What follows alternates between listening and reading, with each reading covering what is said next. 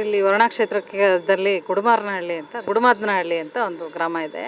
ಅಲ್ಲಿ ನಿಮಾನ್ಸ್ ಆಸ್ಪತ್ರೆ ಮಾಡಲಿಕ್ಕೆ ಒಂದು 100 ಕೋಟಿ ಅನುದಾನ ಸ್ಯಾಂಕ್ಷನ್ ಆಗಿದೆ. ಒಂದು 60 ಎಕರೆ ಜಮೀನಲ್ಲಿ ಗೋಮಾಣದಲ್ಲಿ ಒಂದು 20 ಎಕರೆ ಅದಕ್ಕೆ ಅಂತಲೇ ಸಪ್ರೇಟ್ ಮಾಡಿ ಬಿಟ್ಟಿದ್ದಾರೆ ಸರ್ಕಾರ, ಸಿದ್ದರಾಮಯ್ಯನ ಸರ್ಕಾರ. ಆದರೆ ಈಗ ಇನ್ನೂ ಅದು ತುಂಬ ತಡವಾಗ್ತಾ ಇದೆ. ಕೆಲಸ ಮಾಡೋದು, ಹೋಗೋದು, ಬರೋದು, ಎಲ್ಲೂ ಕಾಮಗಾರಿ ಸ್ಟಾರ್ಟ್ ಆಗಿಲ್ಲ. ಸ್ಟಾರ್ಟ್ ಮಾಡೋಕ್ಕೆ ಹೋದಂಥ ಸಂದರ್ಭದಲ್ಲಿ ಅಲ್ಲಿ ಒಂದು 3-4 ಫ್ಯಾಮಿಲಿ ಇದೆ. ಅದು 20 ಎಕರೆ ಜಮೀನಲ್ಲಿ ಬೆಳೆ ಬೆಳ್ಕೊಂಡಿದ್ದಾರೆ. ಅಲ್ಲಿ ಏನೋ ಅವ್ರಿಗೆ ತರಕಾರಿ, ಸೊಪ್ಪು ಅದು ಇದೆಲ್ಲ ಬೆಳ್ಕೊಂಡು ಇದ್ದಾರೆ. ಸ್ವಲ್ಪ ಭತ್ತನೂ ಬೆಳೀತಾ ಇದ್ದಾರೆ ಅಂತ ಮಾಹಿತಿ.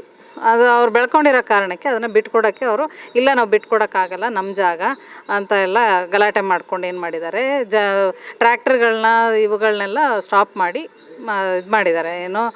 ಸ್ಟಾಪ್ ಮಾಡಿ ಕಾಮಗಾರಿನ ಸ್ಟಾಪ್ ಮಾಡಿದ್ದಾರೆ. ಅದಾದಮೇಲೆ ಯಾರ್ಯಾರಿಗೂ ಕುಮ್ಮಕ್ಕು ಕೊಟ್ಟು ರೈತರು ಅಲ್ಲದೇ ಇರೋರಿಗೆ ಹಸಿರು ಶಾಲು ಹಾಕ್ಸಿ ಗಲಾಟೆ ಮಾಡಿ ಎಲ್ಲ ತಂದಿದ್ದಾರೆ.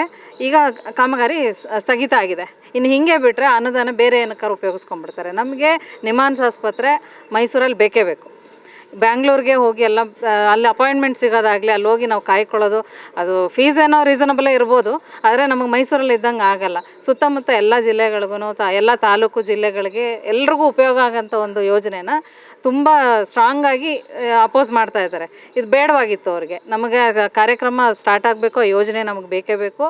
ನಮ್ಮೆಲ್ಲರಿಗೂ ಅದು ಒಂದು ನೀಡಬಲು ತುಂಬ ಅವಶ್ಯಕತೆ ಇರೋವಂಥ ವಿಚಾರ. ಈಗ ಎಲ್ರಿಗೂ ನರರೋಗ ಸಂಬಂಧ ಕಾಯಿಲೆಗಳು ಬರ್ತಾನೆ ಇದೆ, ಏನು ಹೊಸದೇನಲ್ಲ. ತುಂಬ ಈಗಂತೂ ಜನ ಜಾಸ್ತಿನೇ ಬರ್ತಾ ಇದೆ. ಇಲ್ಲಿಂದ ಅಪಾಯಿಂಟ್ಮೆಂಟ್ ತೊಗೊಂಡು 4-5 ಅವರಲ್ಲಿ ಹೋಗೋ ತನಕನೇ ಎಷ್ಟೋ ಪೇಷಂಟ್ಗಳು ಸತ್ತೋಗ್ತಾರೆ.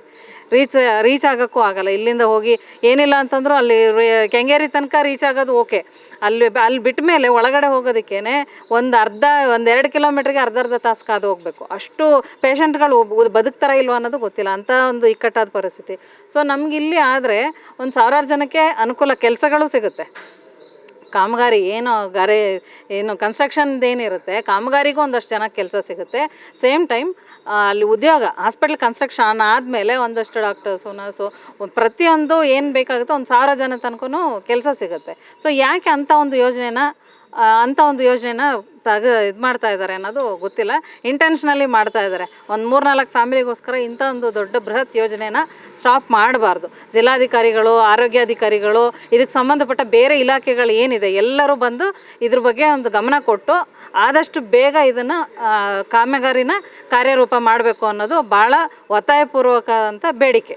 ಏನು ಈ ಒಂದು 100 ಕೋಟಿ ಅನುದಾನದಲ್ಲಿ ನಾವು ಆಸ್ಪತ್ರೆಯನ್ನು ಬರಬೇಕು, ನರರೋಗ ಆಸ್ಪತ್ರೆ ನಮ್ಮ ಮೈಸೂರಿನಲ್ಲಿ ನಾವು ಬೇಕು ಅಂತ ಒತ್ತಾಯ ಮಾಡ್ತಾ ಇದ್ದೀವೋ, ಆ ಒಂದು ಕಾಮಗಾರಿಯನ್ನು ತಡೆದಿರ್ತಕ್ಕಂಥ ಯಾರೇ ಆಗಲಿ, ಅವರು ನಿಜವಾದ ರೈತರಾದರೆ ನಾವು ಸ್ವೀಕರಿಸೋಣ, ಅವರು ರೈತರು ಅಂತ ಹೇಳಿ. ಬಟ್ ರೈತರ ಒಂದು ಬಣ್ಣವನ್ನು ಹಾಕ್ಕೊಂಡು ಮುಂದೆ ನಿಂತು ಇದು ನಮ್ಮ ಒಂದು ಜಾಗ, ನಾವು ಬೆಳೆ ಬೆಳೀತಾ ಇದ್ದೀವಿ ಅಂತ ಹೇಳ್ತಕ್ಕಂಥದ್ದು ನಿಜವಾಗ್ಲೂ ಖಂಡನೀಯ.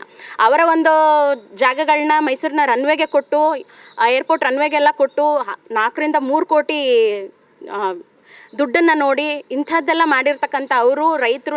ನಮ್ಗೆ ಅದು ಬೇಕು ಅಂತಂದರೆ ಅದ್ರ ಹಿಂದ್ಗಡೆ ಲ್ಯಾಂಡ್ ಮಾಫಿಯಾದು ಶಂಕೆಗಳು ನಮಗೆ ಕಂಡು ಬರ್ತಾ ಇರ್ತಕ್ಕಂಥದ್ದು ನೋಡ್ತಾ ಇದ್ದೀವಿ ನಾವೀಗ. ಈಗೇನು ನಾವು ಮಹಿಳಾ ಸಂಘಗಳಿದವೋ ನಾವೆಲ್ಲ ನಿಜವಾಗ್ಲೂ ರೊಚ್ಚಿಗೆದ್ದಿದ್ದೀವಿ. ನಮಗೂ ಕೂಡ ನಮ್ಮ ಮೈಸೂರಿನಲ್ಲಿ ನರರೋಗ ನಿಮಾನ್ಸ್ ಆಸ್ಪತ್ರೆ ಬೇಕೇ ಬೇಕು. ಅದು ಒಂದು ವೇಳೆ ಆಗಲಿಲ್ಲ, ಮತ್ತೆ ಹಿಡಿದಿದ್ದಾರೆ ಅನ್ನೋ ಒಂದು ಪಕ್ಷದಲ್ಲಿ ನಾವು ಅದ್ರ ವಿರುದ್ಧವಾಗಿ ತಮಟೆ ಚಳುವಳಿಯನ್ನು ನಡೆಸಬೇಕು ಅಂತ ಅಂದ್ಕೊಂಡಿದ್ದೀವಿ. ನಮ್ಮ ಸಚಿವರು ಯತೀಂದ್ರ ಸರ್, ಸನ್ಮಾನ್ಯ ಸಚಿವರಾದಂತಹ ಮಿನಿಸ್ಟರ್ ಆದಂತಹ ಯತೀಂದ್ರ ಸರ್ ಅವರ ಮನೆ ಮುಂದೆ ನಿಂತು ನಾವು ಈ ಒಂದು ಚಳುವಳಿಯನ್ನು ಮಾಡ್ತೀವಿ. ಇದ್ರ ಜೊತೆಗೆ DHO ಅವರ ಆಫೀಸಲ್ಲಿ ಯಾರು ಸಂಬಂಧಪಟ್ಟ ಅಧಿಕಾರಿ ಕಚೇರಿಗಳಿದ್ದಾರೋ ಅವರ ಕಚೇರಿಗಳಲ್ಲೂ ಕೂಡ ಮಹಿಳಾ ಸಂಘದವರಾದಂತಹ ನಾವು ಮುತ್ತಿಗೆಯನ್ನು ಹಾಕಿ ಈ ಒಂದು ಚಳುವಳಿಯನ್ನು ನಡೆಸ್ತೀವಿ. ದಯವಿಟ್ಟು ರಾಷ್ಟ್ರೀಯ ಮಟ್ಟದಲ್ಲಿ ಆಗ್ತಿರ್ತಕ್ಕಂಥ ನಿಮಾನ್ಸ್ ಆಸ್ಪತ್ರೆಗೆ ಇಷ್ಟೊಂದು ಖಂಡನೀಯ ಯಾಕೆ? ತಮ್ಮ ಜಮೀನುಗಳನ್ನ ಮಾರಿರ್ತಕ್ಕಂಥವ್ರು ನಿಜವಾಗ್ಲೂ ರೈತರ. ಯಾಕೆ ಈ ಒಂದು ಮುಖವಾಡವನ್ನು ಹಾಕ್ಕೊಂಡು ಈ ಒಂದು ಬೃಹತ್ ಆಗ್ತಿರ್ತಕ್ಕಂಥ ನಿಮಾನ್ಸ್ ಆಸ್ಪತ್ರೆಯನ್ನು ತಡೆ ನಿಲ್ಲಿಸೋದ್ರಲ್ಲಿ ನಿಮಗೆ ಏನು ಪ್ರತಿಫಲ ಇದೆ? ಅದರ ವಿರುದ್ಧವಾಗಿ ಯಾರು ರೈತರು ಅಂತ ಹೇಳಿ ಮುಖಂಡರು ಈಗ ಸಪೋರ್ಟ್ ಮಾಡ್ತಿದ್ದೀರಾ, ನಿಜವಾಗ್ಲೂ ಅದರ ಹಿಂದ್ಗಡೆ ಇರ್ತಕ್ಕಂಥ ಮೂಲ ಉದ್ದೇಶವನ್ನು ಪರಿಗಣಿಸಿ ಅದಕ್ಕೆಲ್ಲ ಸಪೋರ್ಟ್ ಮಾಡದೆ ನಮ್ಮ ಒಂದು ಮೈಸೂರಲ್ಲಿ ಈ ಥರ ಬರ್ತದಕ್ಕಿರ್ತಕ್ಕಂಥ ಮಹತ್ವವನ್ನು ತಿಳ್ಕೊಳ್ಳಿ. ಫಸ್ಟು ರಾಜಕೀಯವಾಗಲಿ, ಆರ್ಥಿಕವಾಗಿ, ಸಾಮಾಜಿಕವಾಗಿ ಮತ್ತು ಉದ್ಯೋಗ ಅವಕಾಶಗಳು ಎಷ್ಟು ಜನರಿಗೆ ಸಿಗುತ್ತೆ ಎಲ್ಲವನ್ನು ಕೂಡ ಒಂದು ಮಟ್ಟದಲ್ಲಿ ಆಲಿಸಿ ಈ ಒಂದು ಕಾಮಗಾರಿಯನ್ನು ಯಶಸ್ವಿಯಾಗಿ ಮಾಡಿಕೊಡಿ ಅಂತ ಹೇಳಿ ನಮ್ಮ ಒಂದು ಮಹಿಳಾ ಸಂಘಟನೆಯ ಮೂಲಕ ತಮ್ಮಲ್ಲಿ ಈ ಒಂದು ಮನವಿಯನ್ನು ಮಾಡ್ತೀವಿ.